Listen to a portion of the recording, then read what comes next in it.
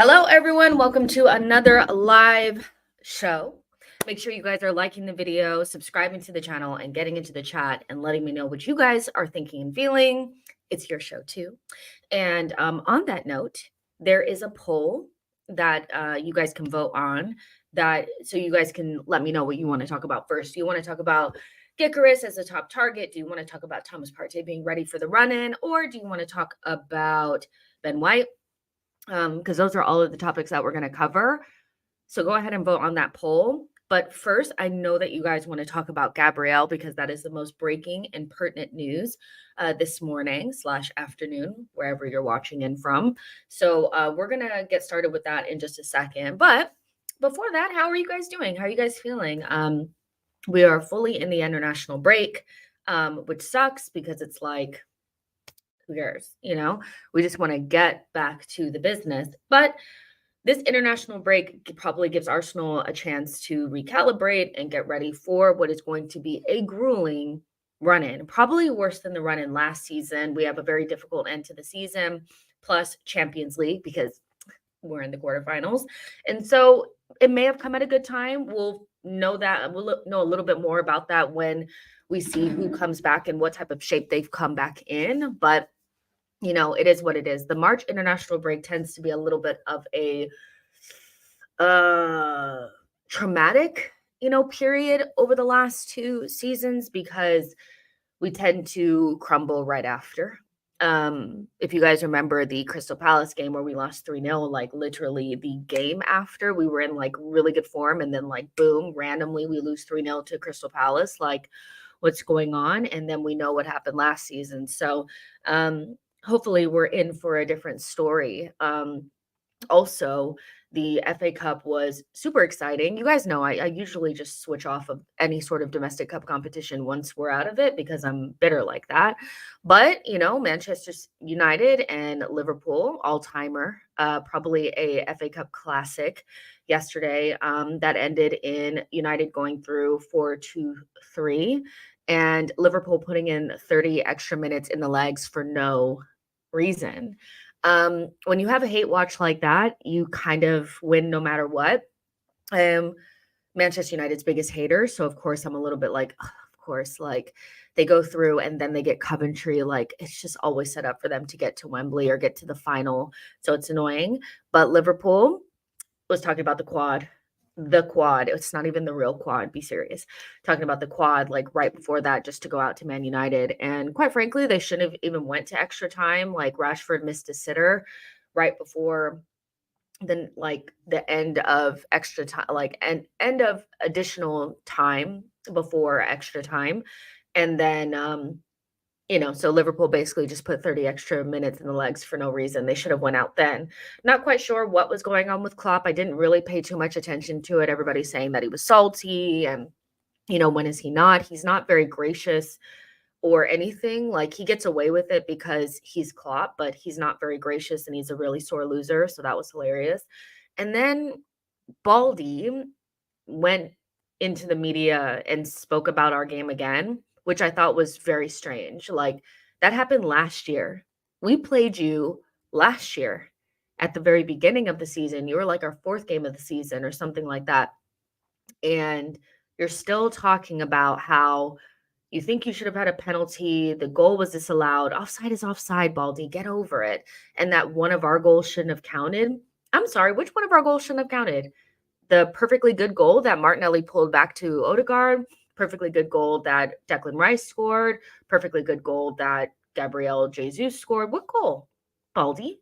So needless to say, we are rent-free in Baldy's big fat head. So yeah, that was hilarious. But yeah, back to Arsenal. Let's go ahead and jump in and talk about Gabriel. But before that, let me see who's all in here. Because there's already 71 of you guys in here, which is amazing. So like and subscribe.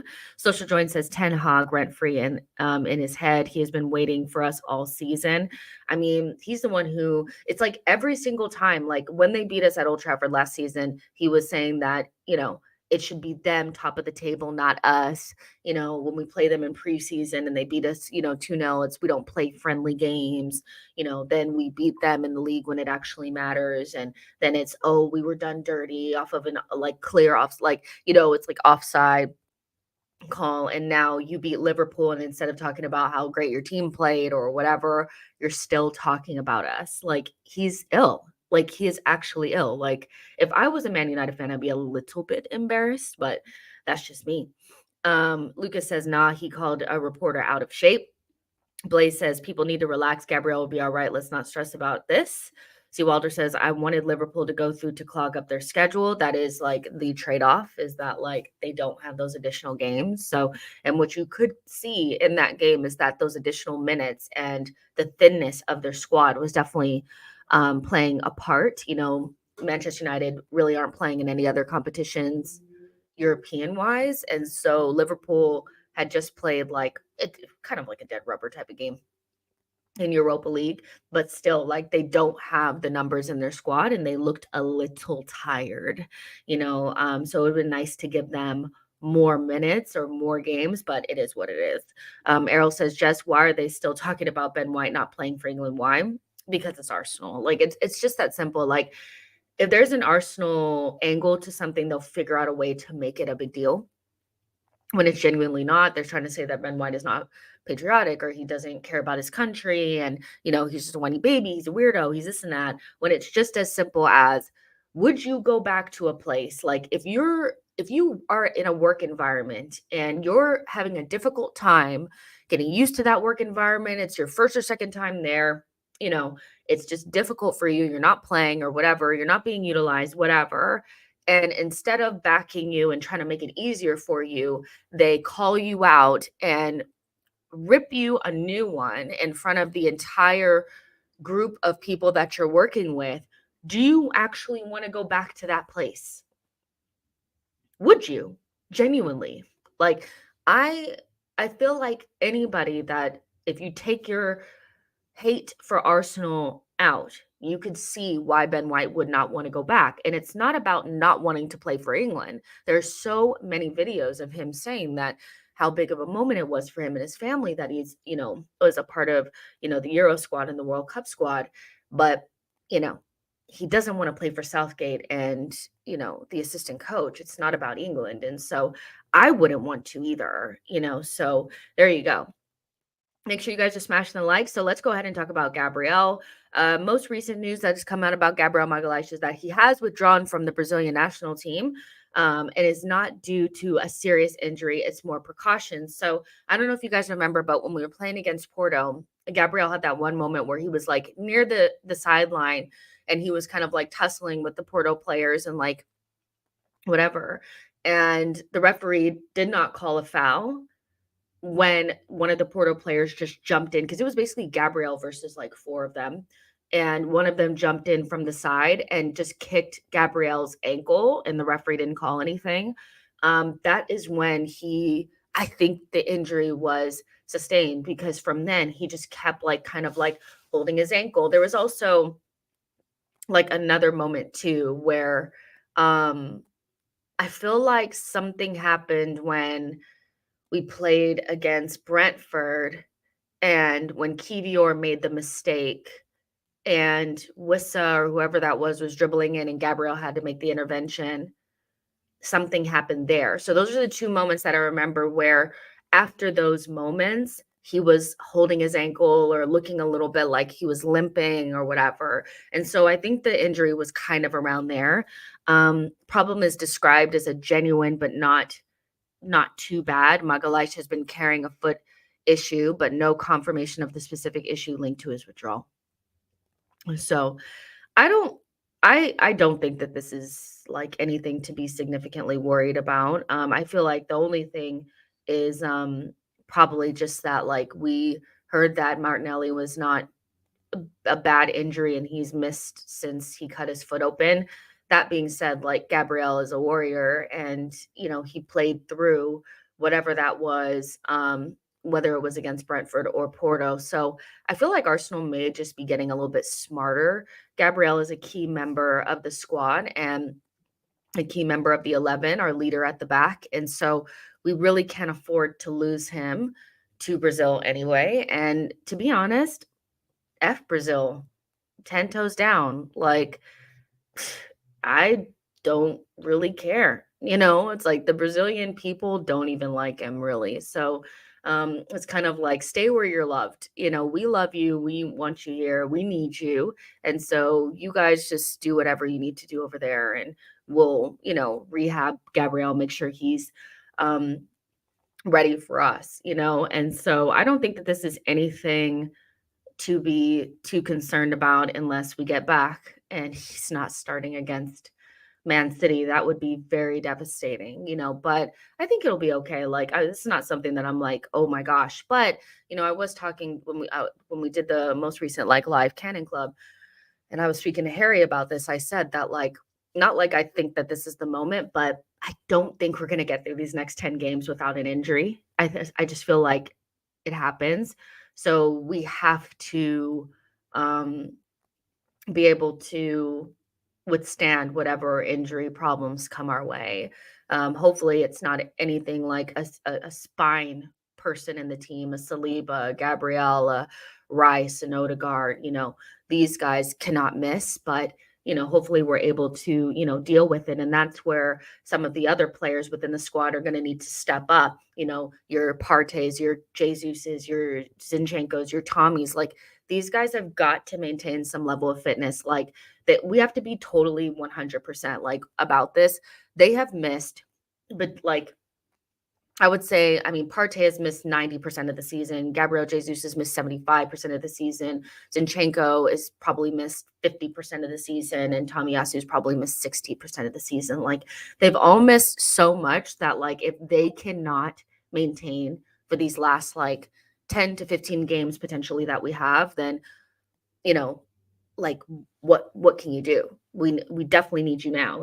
So it's everybody's not going to make it to the end of the season without any injuries. Like we have to kind of like come to grips with that. It's not dooming, it's just the reality. But hopefully we're more prepared now than we were in previous seasons to like, maneuver around said injuries. But I don't think Gabrielle is going to be the one. I think he's going to be fine. Blaze says Gabriel Saliba, Ben White played with injury this season because players like Tomiyasu unfortunately wasn't available this season. We'll definitely get into that when we talk about Ben White because again, I just feel like I was told that Ben White was just the club were covering for his poor form and saying that he was injured. I'm like, genuinely, he's injured. You can tell. And I just don't know why we always try to like pretend like the club is trying to pull the wool over our eyes by buying a dog, or putting out genuine information about injuries and saying that a player is injured. Genuinely, some of our players have to play through injury because other players are not fit enough, and that's really unfortunate because there can be long-term repercussions for things like that. Mr. Happy says none of our Brazilian players have gone away this time. Good. I don't. The last time when they lost against Argentina, I was like, I don't even know if I want them to go back ever because it's just a different feel. Like, I mean, obviously every single national team has its that one game that you cannot lose, but losing to Argentina on home soil was just not something that I wanted any of our players to be a part of. And quite frankly, Brazil are just in the mud right now. They're just not very good. Um, Hold on really quick. Let me call you back. Okay. um, but yeah, it's just genuinely not something that like I wouldn't want any of our players to be a part of. And I didn't like the way it went down. I didn't like the interviews after with Gabriel Jesus. I didn't love, the narratives around Gabrielle and Martinelli after the fact. So they can do it on their own, as far as I'm concerned. They're in the mud and it's all on them. Like it's really not, doesn't have anything to do with our players, really. Sammy says, wait, I just read the title. Gabrielle is injured. When did that happen? For those of you guys who are just joining, Gabrielle has pulled out of the Brazilian national team squad for this international break. It's not due to a serious injury. This is coming from Sammy McBell, by the way. This is not anything that I have gotten myself. This is what I am reading. It's not due to anything serious. It's more precaution. The problem described as genuine, but not too bad. Gabrielle has been carrying a foot issue, but no confirmation of the specific issue linked to his withdrawal. So again, there were two moments that I noticed where he was limping and or touching his ankle as if he had gotten some sort of knock or something. And that was when Kivior made the mistake against Brentford and Wissa took the ball off of it and Gabriel had to make the intervention. And then the other one is against Porto when it was like 4v Gabriel and he was on the sideline tussling with like four Porto players. And then that one Porto idiot came in and kicked him in the ankle. The referee didn't call anything. After both of those moments, I noticed that he was limping. And we should keep him back. We should keep him back. There's no reason to have him risk himself for, a national team that doesn't even like him that much. Adam says Endrick will save Brazil. Maybe he will. Don't care. Like, all I care about is Arsenal right now. I did not love the way things went down. And I know it wasn't like necessarily the national team, but I just didn't love the narratives after that Argentina game. And I was like, just do it on your own then. Just do it on your own. Boy says playing players through injury is just bad squad planning, frankly. Cal One says, who do you see that fills that Gabriel position best? I'll be honest with you. I don't know. I haven't seen enough of anybody else in that position because Gabriel has been fit enough. I didn't love the look of White and Saliba earlier on in the season, but that was, I think, due to some other things that were going on with Gabriel and the Saudi, interest and things like that. So my feeling on it is that if Gabriel were unable to play, I would probably play Tomiyasu there. I feel like he's the most natural center back that we have. Be like now, if you look at like the options would be play Saliba and Ben White, or play Saliba and Tommy, or play Saliba and Kiwi. You also have the option to play Saliba and Ben, but or not Saliba and Declan, but I don't love that. So let's throw that out. So Ben White, Tommy, or Kiwi. I think Tomiyasu, because he plays there internationally, like he's probably a little bit stronger than Kivior. I would prefer him stronger and faster than Kivior. I'd prefer him in that position. That you could keep Kivior at left back, I guess, but I don't even want to think about it because, again, this is why I feel like buying somebody that has the same physicality, strength, height, all those types of things, speed, all that kind of stuff is so important for Arsenal to identify if they can, more than a left-sided center back. Left-sided center back just feels like a position that we bought so many times. You have Timber, Zinchenko, Kivior, and Tommy that can all play there, but we literally don't have anybody else that can do what Saliba and Gabriel does. And with one of them out for a significant period of time, I feel like that equals 100% drop points. The amount of times that Saliba and Gabriel defend 1v1 in wide areas, they keep the likes of the Tonys quiet. They keep the Hollands quiet.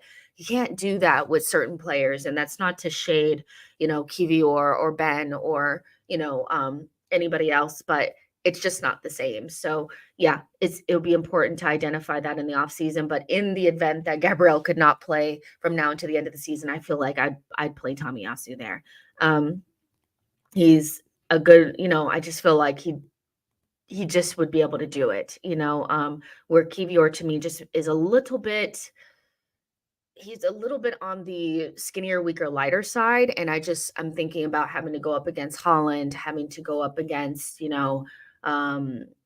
Hoyland, having to go up against Son, these really fast, like kind of like, I feel like you'd need somebody like a Tommy that could put a body on you, but also run with you. So that's what I would do.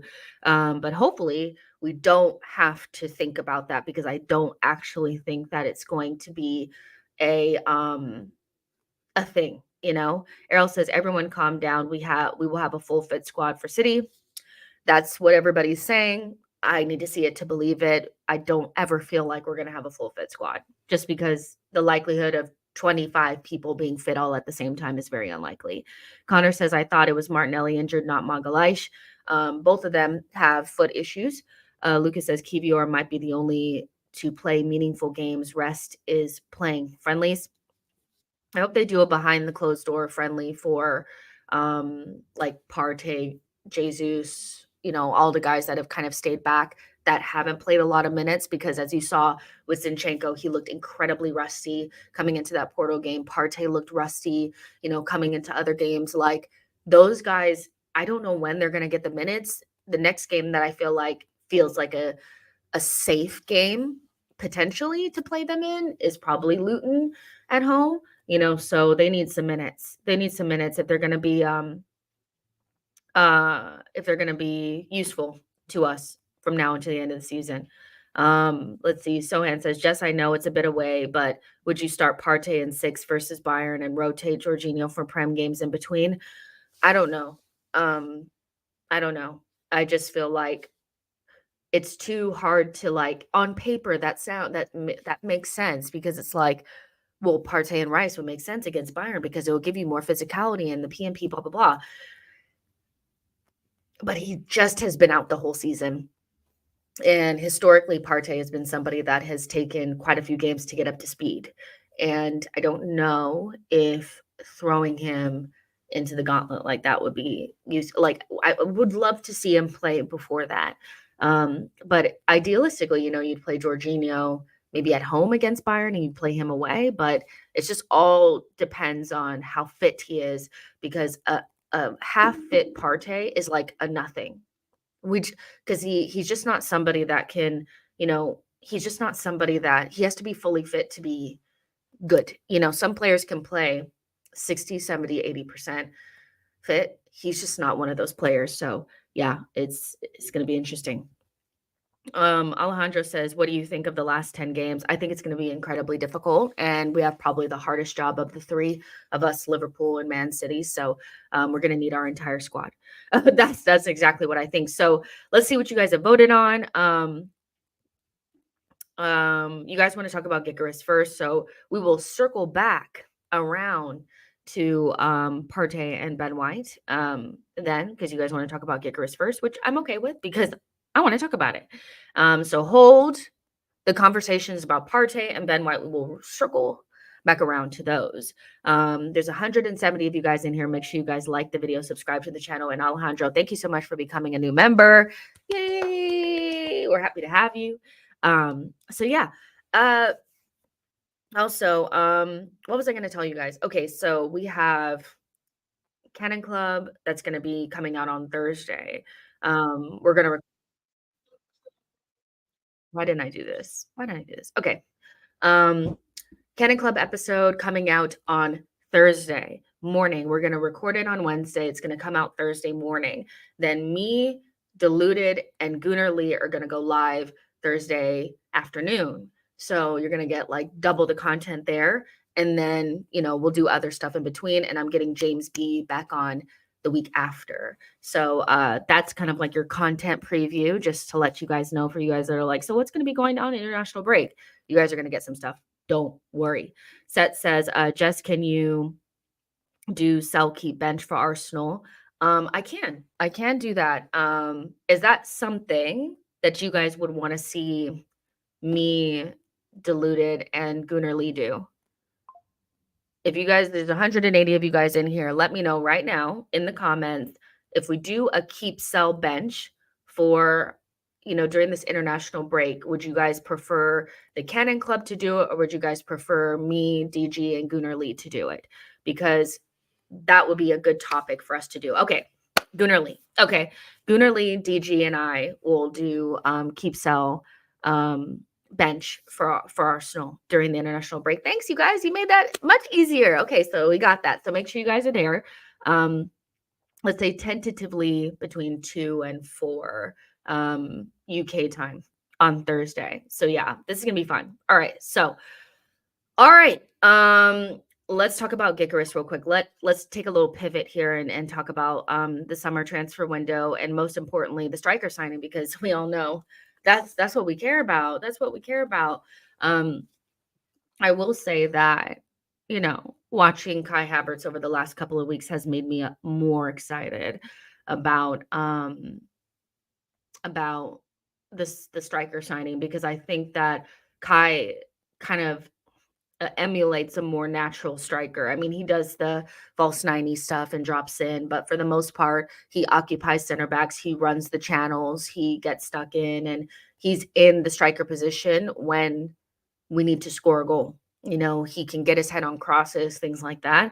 Where you have like Trossard and Gabriel Jesus that love to like drop in and go wide and float. And we've missed a target man. And personally, I feel like we need at the very like if we go the channel runner route, like the Isak Xerxes, cool. I, I feel like I'm leaning more towards the target man. I am not wedded to the idea that Arsenal need to always go back to having somebody that's like Henri. And I feel like a lot of people want the Isak Xerxes type of player because they're tall, they're fast, and they're skillful. But neither of them can hold the ball up, and they need to run into space and they can link play. But for the most part, like they have that Henri-esque thing about them where they're really like elegant on the ball. They look nice. They do a lot of the aesthetically pleasing shit. To be honest, you guys, I want target man. I want somebody that's going to do they can run the channels and do that kind of stuff, but I really want somebody that strikes the ball well, that just does what strikers do. That's what I want, you know? So I am loving the idea of bringing in Victor Gyokeres, who scored another hat trick yesterday. And I know some people are like, "Oh, the Portuguese league is nothing. It's not that great." Blah blah blah. He played at Coventry in the championship, and I'm just like, watch with your eyes. Watch with your eyes. I get that. I get that the Portuguese league is not as rated as other leagues. It's not a top 5 league, but do you guys really think the Bundesliga is that much better? Do you guys watch the Bundesliga? That is the most defense optional league and tactical optional league I've ever seen. There are no tactics. There's no defense. There's nothing. It's just vibes. Actually, buying somebody from like an attacker from the Bundesliga would really worry me. And we've seen a lot of Bundesliga attackers have not really done it in the Premier League. You know, that being said, like that doesn't mean I wouldn't get anybody, but I'm just saying, like, in comparison, do we really think the Bundesliga for attackers is that much better? No, probably not. Serie A is a little bit more of a question mark because we don't typically get players from Serie A coming to the Premier League. Like Hoyland's done well, you know, which is a good sign. You know, somebody that barely scored any goals for Atalanta. They scored like maybe 7 goals, is doing really well in the Premier League. So that's a good, somebody that was young and raw can come to the Premier League and just do the business, you know. But for the Portuguese league, I do think it translates well to the Premier League because it's good tactically, it's good physically. And, you know, players like Paulinho, players like Mateus Nunes, players like Bruno Fernandes, players like that. And I rate Nunez, Darwin Nunez. I know some people don't. I rate him, and I think he's done well to his best qualities have translated to the Premier League, even if, you know, sometimes he does miss sitters, you know, whatever. So I'm not that worried about bringing in somebody like Gyokeres who has like 33 goals or something, some nonsense in for Sporting. And also Almarine is a very good coach. I expect Almarine to be in the Premier League next season, whether that's with Liverpool or Chelsea. So he is a good manager, a tactical manager. He plays really well as a target man. He can run the channels. He strikes the ball well. He takes penalties and he scores lots of goals. And he's always already played in English football, which is important. Whether that's Championship or Premier League, we know that English football is different than everything else on the continent, right? And so I do think that he would be a good choice. Now, Arsenal are currently favorites to seal the summer transfer window deal for Victor Gyokeres, despite other clubs also showing interest.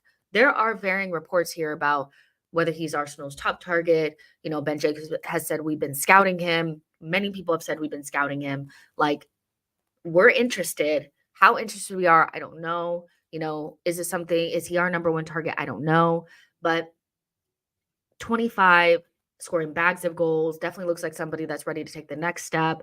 I think I'd prefer him over Sesko, who's a project, you know, even though I like Sesko. I think Sesko is going to be the next thing. I don't know if we need a project. We already have those. We already have players that we can, you know, allow to marinate. I don't know if we need our striker to be that. Also, bringing in a project type player would make us have to rely still on the Jesuses and the Kai for goals. I don't know if that's what we need to be doing either, you know. So right now, 36 goals, 14 assists for Gyokeres, and he just looks the business. He just looks the business. Like, I'm looking at a little clip right now, and I'm just like, wide areas, down the gut, in behind, holding up the ball, linking play, ball striking, all of those things he has. It's just whether or not that translates to the Premier League, which I think players in the Portuguese league tend to do well in the Premier League. He also has like a crazy celly, and I just want to see people in the Emirates doing this. I mean, it's just so cool, right? So I want to get your guys' thoughts and feelings on this because I know some people have their minds set on Osimhen. Um, Osimhen is probably also an option, but he's also injured all the fucking time. You know, I don't know if I like the idea of Osimhen because he's so injury prone. So yeah, I want to know what you guys think about this. He would cost a lot. Now, before I say this, I know people are going to be like, "Oh my gosh, the release clause is 85 million." Hold on. You don't always have to pay the release clause. You can always negotiate outside the release clause. You'd have to pay more, but you can break it down into payments. I don't think we'd have to pay the release clause. Like for Osimhen or Gyokeres, by the way. But I just like him. I just like him. I just don't feel like you always have to go out there and get to me, he does have star quality. I know some people say he doesn't, but I do think he has star quality. I think the guy is he could be like, I know this is gonna sound but I kind of want somebody that's like Kane before he started dropping deep into the DM role. And that's kind of what he reminds me of. So that's what I want. What do you guys want? What do you guys think? He looks great. He looks great. Let's see what you guys are saying. Elliot says Gyokeres. C. Walder says Gyokeres has overtaken Osimhen in my head. Mr. Happy says I would go for Isak if he wasn't made of biscuits. Being made of biscuits has got to be on our mind, guys. How many seasons in a row are we going to have key players go down and it just completely crumble our season? Right now we have Zinchenko, Tommy, Partey, and Jesus. All important members of the squad right now. Zinchenko probably falling back the most, but important members of the squad that just have not played very many minutes this season consistently. Do we really want that again? For somebody that we can already see that's who they are. Partey, you couldn't have even thought it. You couldn't have predicted it. But these guys we already know. If the red flag is already in our face, then why would we go and do it? And I think Isak is quality, by the way. The goal that he scored against Chelsea maybe like a week ago, I was like, wow, that at the Emirates, I would love that. But he's just too injury prone for me. And he's not a target man.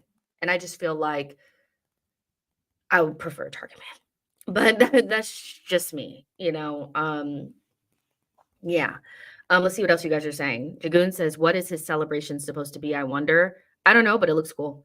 The boy says Gyokeres is a project in the EPL, so be careful saying you don't want a project. I mean, was Bruno Fernandes a project? Was Paulinho a project? Like, I don't necessarily feel like it's a project. I feel like adaptation and a project are two completely different things. A project is somebody that's probably going to need multiple seasons to get up to the level. Somebody that probably will need a couple of games to get up to speed. That's completely different. We've seen, even with Odegaard, he came from La Liga. He needed 6 months to get up to speed in the Premier League. So a project and adaptation are two completely different things. I don't think a 25-year-old that's scoring bags of goals in the Portuguese league is a project. I think a project is a player that's not even starting for RB Leipzig, that's 20 years old, that's coming from the Bundesliga to the Premier League. That's a project. So to me, I just feel like there's a lot of projecting onto a player because they're coming from a league outside of the top 5 leagues when, to be quite honest, like I don't think League One and the Bundesliga are that much better than the Portuguese league. I don't. Genuinely, I don't. I think for attackers, you're still looking at the risk. I genuinely do. So outside of buying from the Premier League, there's a risk attached to every single player. You're not fucking buying him from, the Scottish league or, whatever. It's the Portuguese league. These teams play in Europe, So for me, it's a little bit like it's a reach to say it's a project just because he's coming from a non-top 5 league. But that top 5 league does play within the European competitions that we have. So he plays for Sporting, for God's sake. Like he plays for Sporting. Like, let's be serious. A team that whooped our ass in the Europa League last season. Let's be serious. Let's see. Xander Raptor says Gyokeres looks more like prime Podolski or Fernando Torres rather than Kane. Fair enough. I don't think so, but I don't see it. I don't see it, but fair enough. Shimarai says Gyokeres looks like a bully bring. Lucas says championship and Portuguese league and the Portuguese league are demanding and physical. And that's one thing that I don't want somebody that's going to get to the Premier League and get just bullied, and I don't think he would, because again, played in English football before. Also, this is somebody that I know that this doesn't matter to some people, but he was identified by Brighton first, and Brighton tend to get their recruitment right. He didn't 100% work out at Brighton, which is fine, but they identified him, and as soon as he went to Coventry, he exploded. And then once he left Coventry, a bunch of Premier League teams wanted him, including West Ham. They all wanted him. So he would have been in the Premier League this season. I feel like we would have been talking about him this season. That's how I genuinely feel. But he went to Sporting instead, which I think is a great move for him, because then he guaranteed going into Europe and playing under probably a better manager than he would have played under in the Premier League, So I feel like he made a good move for himself, and I just like it. I like the move. I like the idea. I like what he would bring. But every single striker that we're talking about has some sort of risk attached to them. They just do. And I would feel more comfortable with somebody that's played in English football before, that's scoring bags of goals, that plays under a good tactical manager, that links play well, that has all the roundness to this game, than taking the risk on a kid or taking the risk on somebody that doesn't have the ability to do some of the stuff. So that's just me. And I want somebody that scores goals, genuinely. I know some people are like, well, we don't need somebody that scores bags of goals because we score goals as a team. And I'm just like, that didn't stop City from going to get somebody that scores bags of goals, though, does it? The idea that we just need somebody to score 8 to 10 goals a season is well, then why get a striker at all? Why? So I don't know, but everybody has a different idea of what the new Arsenal striker should look like. Some people feel like it should be, a channel runner, fast, that kind of person, flair, whatever. I want a target man. That's me. So yeah, Chris Fraser says we need to stop worrying about which league someone comes from and focus on their profile and individual strengths and weaknesses. Any player can flop or be a success. I agree with this 110%. I feel like there's too much emphasis on he doesn't play in a league that I rate, so he cannot be good. Watch with your eyes. Watch with your eyes. Watch with your eyes. Genuinely, the guy looks serious. He does, so that's just me. But, and it just depends on what profile you're looking at. Lucas says, if not for PSG, Portuguese league would be higher in rankings than League One. Listen, that's League One. People by some people's, logic, going to get fucking, what's the guy's name? I'm going to just pull him up. I'm going to pull him up. I think he plays, what did he play for? Lille striker, that's Canadian. Jonathan David. By some of your logic, buying Jonathan David would make more sense than Gyokeres, because one plays in a top 5 league that is better than the Portuguese league. That's what we're saying. Let's look at the player and what they offer, blah, blah, blah. Because one thing I'm going to say, I think actually League One is a better defensive league. Buying defenders in League One is great. Attackers, I'm not so sure. But the Bundesliga, do not buy attackers from there, because baby, they do not defend. It's crazy. So yeah, it's going to be interesting. I'm excited though. Tawana says, as long as he fits the system and we play the same, he should be good. Social Join says, Gyokeres is the real deal. His numbers are consistently going up. Get him in. I think you're saying he's good. He's the one. Aegon says, do you think he can score 20 plus goals in the Premier League? Yeah, I do. I just think somebody that has the actual knack for goal with like, think about the amount of times that like Gabriel Jesus has arrived to the back post and just whiffed the chance or kicked it over. Think about the amount of like, when we played against Wolves and Brighton, how we were like 1v1 with the goalkeeper and we just didn't put it in the back of the net. Think about the chance that Kai Havertz had against Brentford. Like, a true goal scorer in our team can score 20 goals a season. We have quite a few players in our team that play in the striker position that are not clinical. Kai Havertz is one of them. Jesus is one of them. So I do think that somebody that's just a natural goal scorer is going to bag for us, so that's just me. Alejandro says, can we have both? What do you mean, can we have both? Can we have both, like, strikers, like types of strikers? Elaborate a little bit on what's the both, like, what are we choosing between? I would love to know. Chris Fraser says, stay well away from David. I'm Canadian. Kai says, Jonathan David is about as good as Eddie Nketiah. I said it. Xander Raptor says, strong, fast, good dribbler, good finisher. He's got the perfect qualities for me. He just looks the business.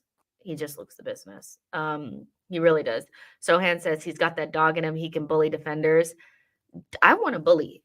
Like, I want to bully. I want somebody that's going to go up there and make it really difficult for the opposition. The one thing I will say is he's probably not as tall as the other options that we have talked about before, like Isak and Xerxes and Sesko, and these guys are like 6'4". He's probably like 6'1", maybe scratching 6'2", maybe. So he's a little bit on the shorter side. That being said, that doesn't really matter if you have the knack, and he has the knack. He just has it. So yeah, he's great. Sohan says, imagine his celebration at the Emirates. Oh my God. Imagine it if it's not for us. I don't want anybody else getting him. Like, I just have a feeling he's gonna land in the Premier League at some point, and I want it to be with us. Gyokeres and Sesko, why not both? I just don't think we're going to have the bandwidth to bring in two strikers, because if you bring in a Gyokeres, then, that's going to be a lot. And we all know we still need to bring in a midfielder, and probably, hopefully, we'll have the money to do the winger too. And Arteta is going to buy at least one defender. So buying two strikers, I know that some people are like, but Eddie's going. It's like, we're still going to have Havertz, who is definitely going to play a role in the team. There's going to be a very defined slot for him in our team, whether that's playing as midfield rotation or striker rotation, so having him and then still having Jesus, who will probably play center forward rotation, wing rotation. I don't really think that opens up any room for two. We're greedy. We're being greedy. And I'm as greedy as anybody else. But, I don't feel like we're at the point where we need to move on from Jesus. And I definitely feel like when you spend 65 million on a player like Kai, they're going to have a defined role within the team. And, that's just that. Then the next season we'll see. But I just think we need to identify somebody to play on the wing so that we don't have to see Trossard there anymore. Because, God bless him, but that's not his vibe at all. And so you can get suitable cover and competition for Martinelli and Saka. And then we also need a midfielder, which would be great, So yeah, probably not going to be able to get to. Yursa Major says, Gyokeres still has a nice physical profile. Sohan says, in an ideal world, I pray Chelsea get Osimhen leaves the door wide open for Gyokeres. I kind of feel the same way. Like, I know I would hate for Chelsea to get Osimhen, because it's just annoying. And they're like, yeah, we got Osimhen. Yeah. But I really wouldn't care if we got Gyokeres, but I feel like the options are becoming more and more clear. Like, either go for Osimhen, Gyokeres, or Sesko. I feel like those are our options. Evan Ferguson has got to be off of the table. He just has to. Like, I don't see anything in it.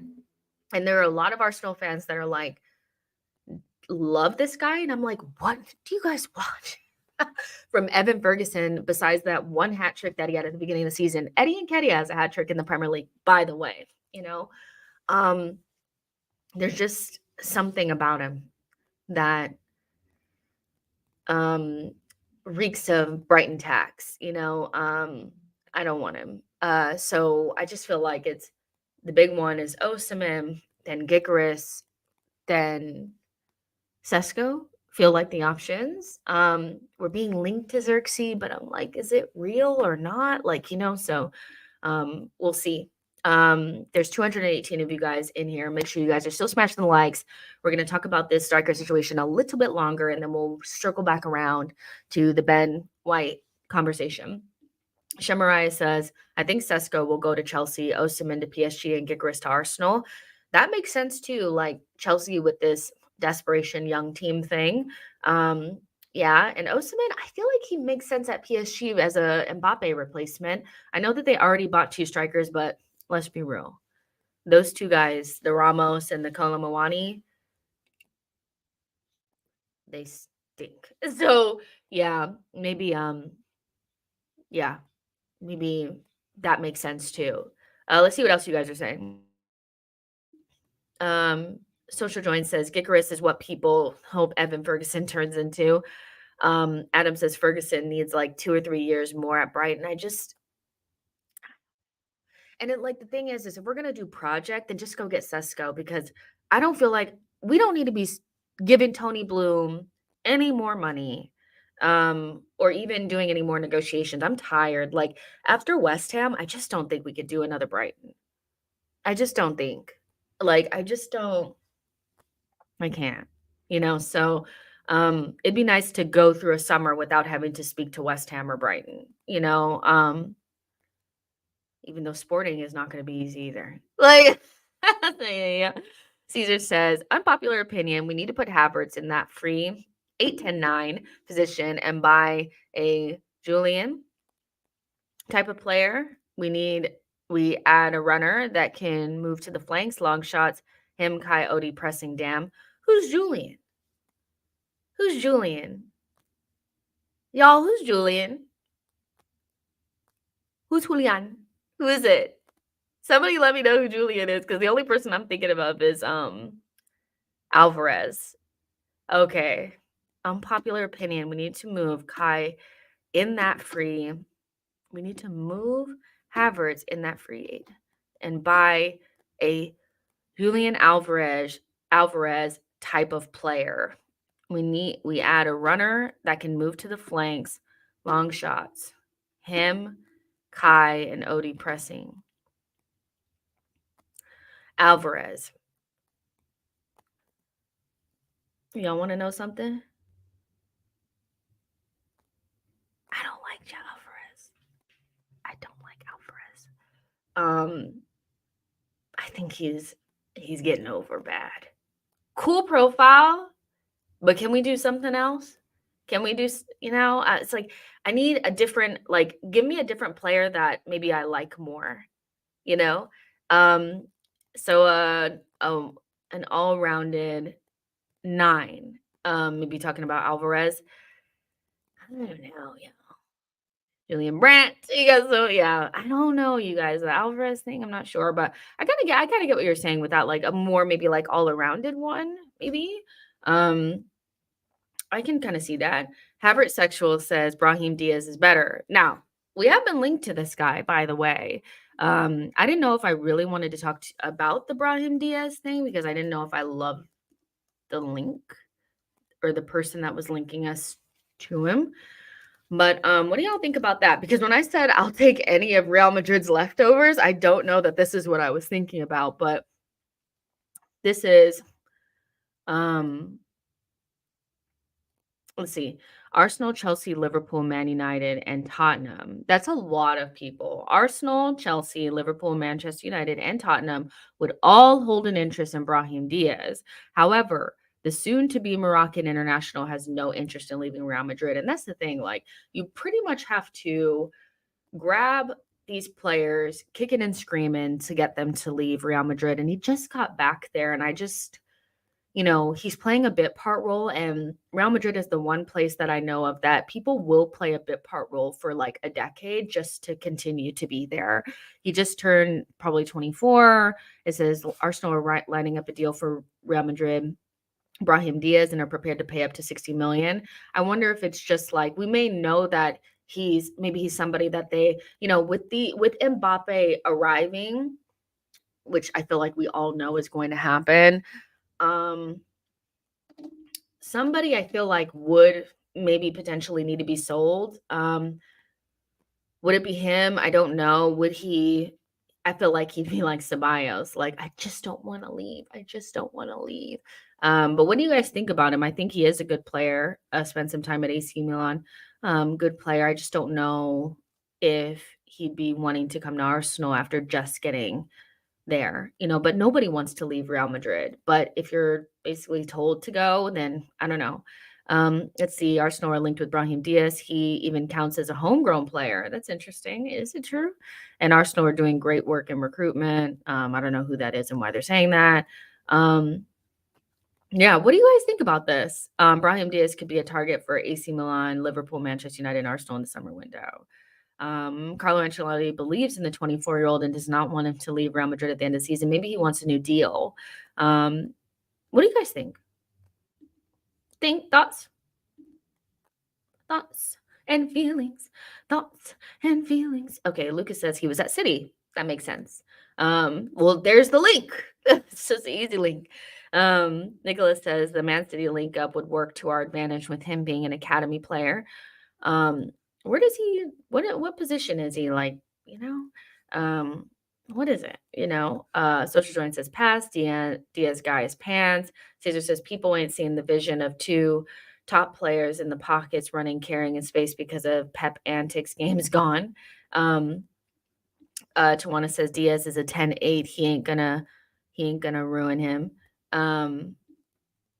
He isn't gonna ruin him. Marco says Chouameni is probably the guy at Madrid. We should target Ancelotti as playing him often out of position. I don't think any of the ones that just got there, the Bellingham, the Chouameni, like I don't think those guys are gonna go anywhere. I think those are the ones that are gonna be like with their nails like hanging on, like no, and I just don't see, but I feel like he's like on the outskirts, the Diaz guy, but still, like I feel like he'll end up being a Ceballos. Um, Jay says, real talk, look at our squad building right now and look at cities. We are hitting our target almost perfectly. And City, Alvarez, Doku, Nunez, Gavardiol, watching Cole Palmer be a baller and knowing that they got rid of him and brought Kovacic is like, wow. Wow. That's crazy. Yeah. So that's insane. That's insane. So let's see how that unfolds. But the last thing I do want to talk about before we get out of here is just a little bit about Ben White. We had already kind of spoken about how he had got his new contract and then all that stuff came out with Southgate. And I just want to say that like what Southgate has done here is very unprofessional and annoying. And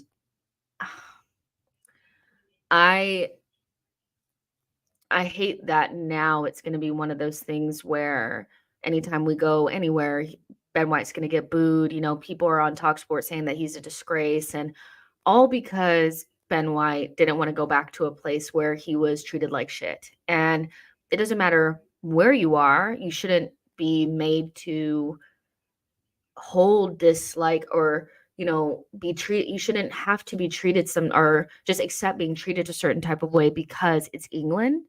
And Ben White was struggling. I saw that guy Steve, the Man City fan who pretends like he has connections that he doesn't have, basically said that one of the players said that he missed his wife, and that's the reason why he left when his wife was there in Qatar.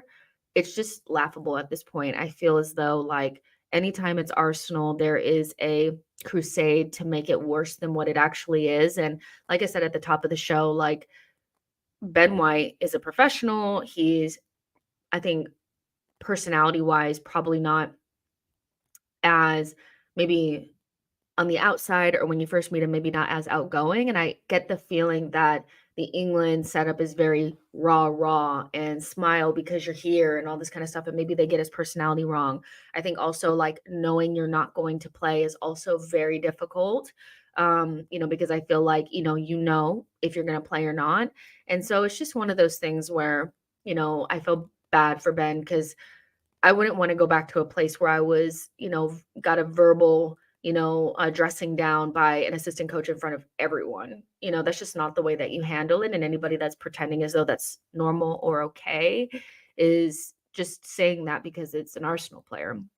Some of the undertones around the way that Ben White is described and or spoken about is weird, considering that, like, you don't know him, and, just because you like to get tanned and have your hair nicely done doesn't mean anything, especially look at his wife, be fucking for real. And you're just weirdly jealous, and it's just weird.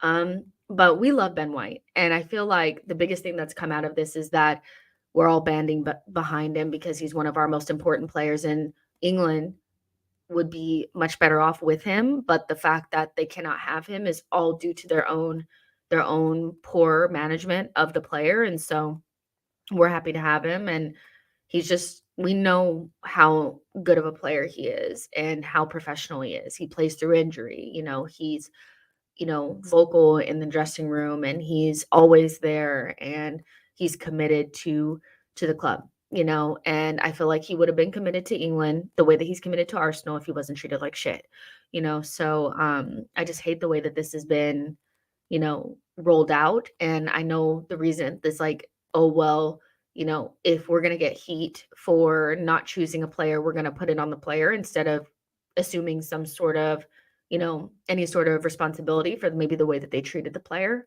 Fine, but it's up to us, the fans, to stand behind Ben White, because from now until the end of the season, they basically put a target on his back. And well done, Southgate. You are a fucking prick. Like, it's just ridiculous. So also, the him saying that he doesn't watch football has been used against him since the moment that he said it. And anybody with, like, normal critical thinking skills and is not, like, you know, agenda driven would realize that that's, like, a very, like, I've spoken to so many players recently that say the same thing. He's not the only one. He's just the one that said it. And when he said it, basically what they're trying to turn it into is that he doesn't like football. He's freaking playing. He gets better all the time. He's committed. Like, and if he doesn't want to watch football on his days off, why is that a big deal? Why is that a big deal? I don't get it.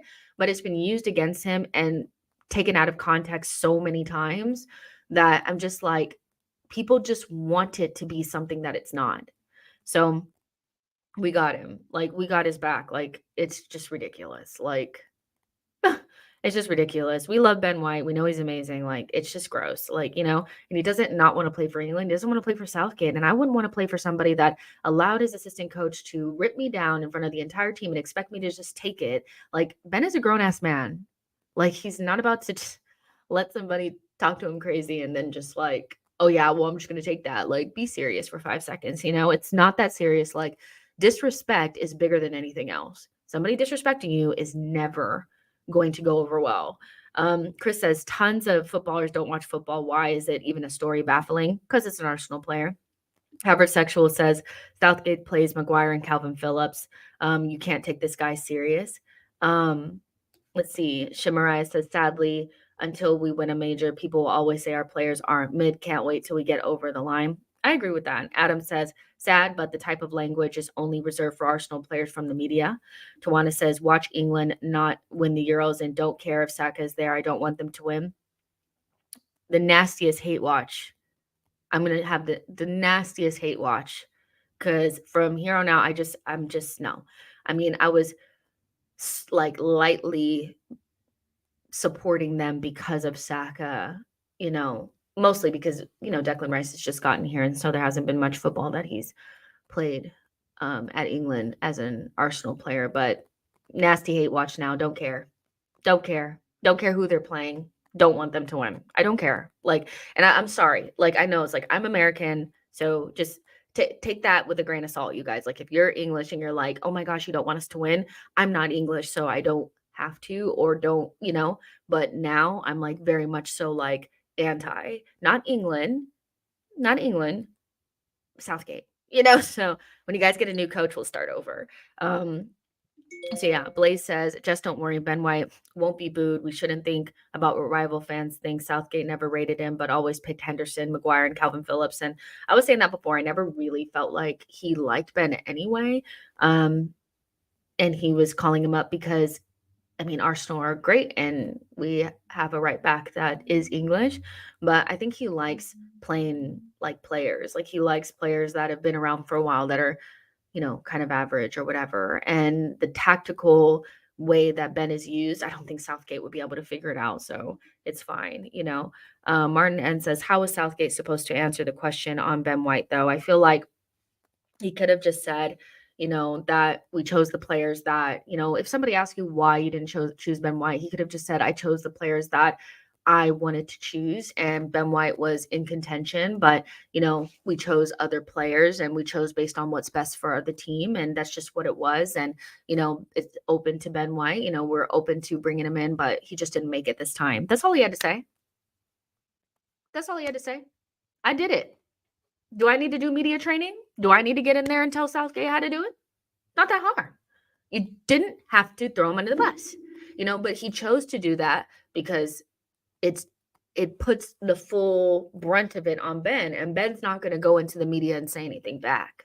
So it gives him the opportunity to fully put it on Ben, relieve them of, because for him to even go into the media and say it wasn't because of any sort of, conflict between him and the assistant coach, when we all know it is, Southgate is lying. Like, you know what I mean? So he knows that he has the ability to go into the media and say these things without any sort of repercussion. Everybody will get behind him. He's an Arsenal player. Nobody will believe him. They'll all just believe him. And so now everything is on Ben and not on him anymore. All he had to do was say, we chose the players we wanted to because this is what we wanted for our squad. Ben's a good player. He's in contention for future squads, but, we chose other players. So it's not that hard. Like, it really wasn't. So it is what it is. He did a nasty. Like, that's just what it was. It was a nasty, and we all know it was, and that's fine. It is what it is. Like, I'm an Arsenal fan. I don't really care that much. I just feel like, I know that it was a big deal to Ben, so it kind of, I feel bad for him because it's like you could tell that he was just gassed when he first got called up. So this has probably been, as somebody that went through, like, soccer, football, whatever is your first love. It's everything that you love. It's what you do, whatever. And you get where you want to be, and it's not what you think, and it ends in a way that's bad, and you can't really speak on it or anything like that. It does stick with you. So I can speak from personal experience, not at the same level, but I can understand how that feels, to be excited about something and it doesn't end up the way that you wanted it to. So yeah, Jay says, same. I actually support England as a casual, but never want to see Southgate win. Samuel says, no need for a hate watch. Saka's our star boy. I wish Saka all the hat tricks, but if he scores a hat trick and England lose, that's the best for everybody, isn't it? But yeah, this is bad vibes, you guys. It's fine. Like, I don't wish ill on anybody or anything like that. I just hope that Ben's okay, and I'm sure that he is. And so, yeah, we have important games to look forward to, and it is what it is. Diane Sola said, look at the way Arteta answered the questions on different players. It just was poor the way that he did it, and he did it on purpose to shine the light on Ben, knowing that there would be no repercussions for what he said, even though he's flat out lying, so it is what it is. But listen, there is 223 of you guys in here. Please like and subscribe to the channel on your way out. Again, there will be 2 bits of content coming out on Thursday. There will be a Canon Club. Yay! There will be a Canon Club Thursday morning that will come out with all 4 of us. And then on Thursday afternoon, me and DG and Gunnar Lee are going to do a live. Until then, we will do some little shows like this on the channel to just keep everybody connected and keep chatting as we try to figure out ways to get through this international break. Make sure you guys like, subscribe, set notifications, and I will see you guys tomorrow. Bye, guys.